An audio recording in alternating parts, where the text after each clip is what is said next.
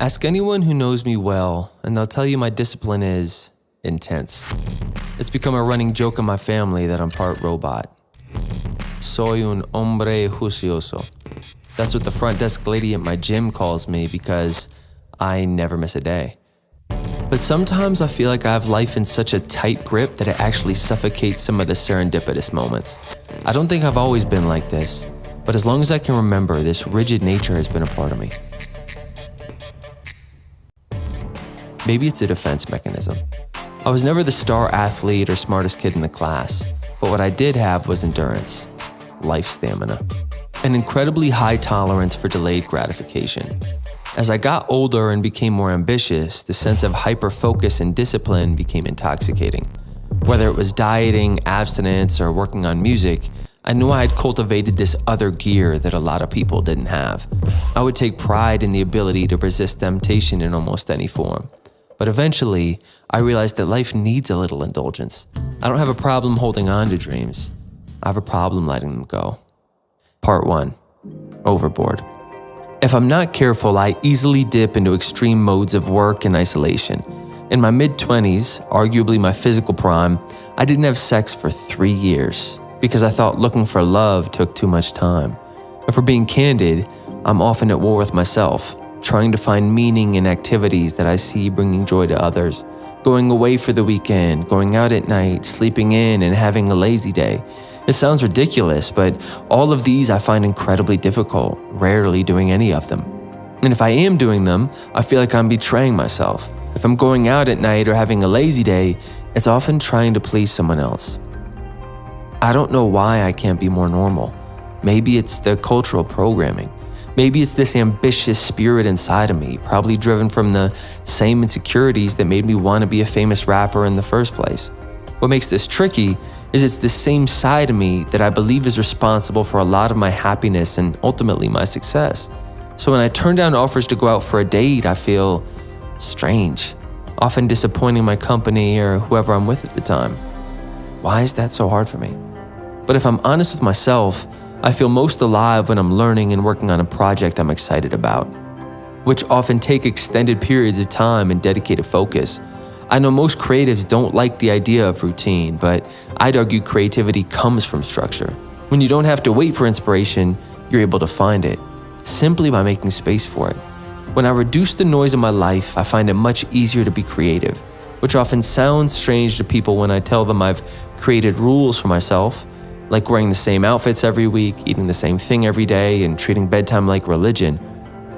I've automated so many decisions in my life that I'm able to put my creativity towards the things that matter to me. But this strong sense of routine can become dangerous because any change feels threatening. That's when I end up in these cycles of celibacy and deviant behavior. So I decided to run an experiment. I recently had an opportunity to go to Atlanta for a project. It would be a whirlwind trip of 3 or 4 days, completely different than anything I'd done before, with late nights and little sleep. So I decided to go for it. Part 2, Achilles heel.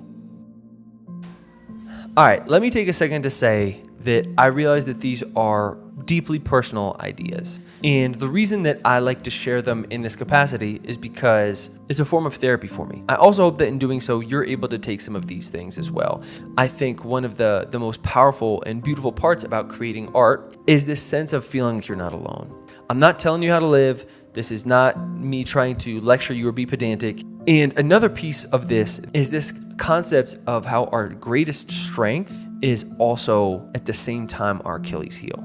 For myself, this boils down to rigidness, discipline, and structure. I would say my biggest asset is the fact that I'm able to stick to a discipline, stick to habit, build habits.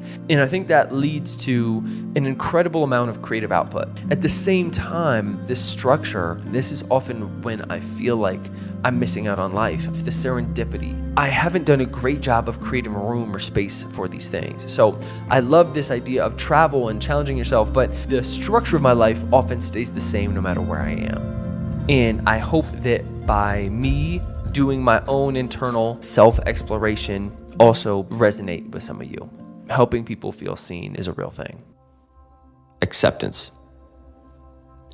As my time in Atlanta came to a close, I started to feel this excitement to get back to my normal life. I had a lot of fun in the A. I learned a ton about how to produce and work as part of a team to film something at a much bigger scale than I'm used to.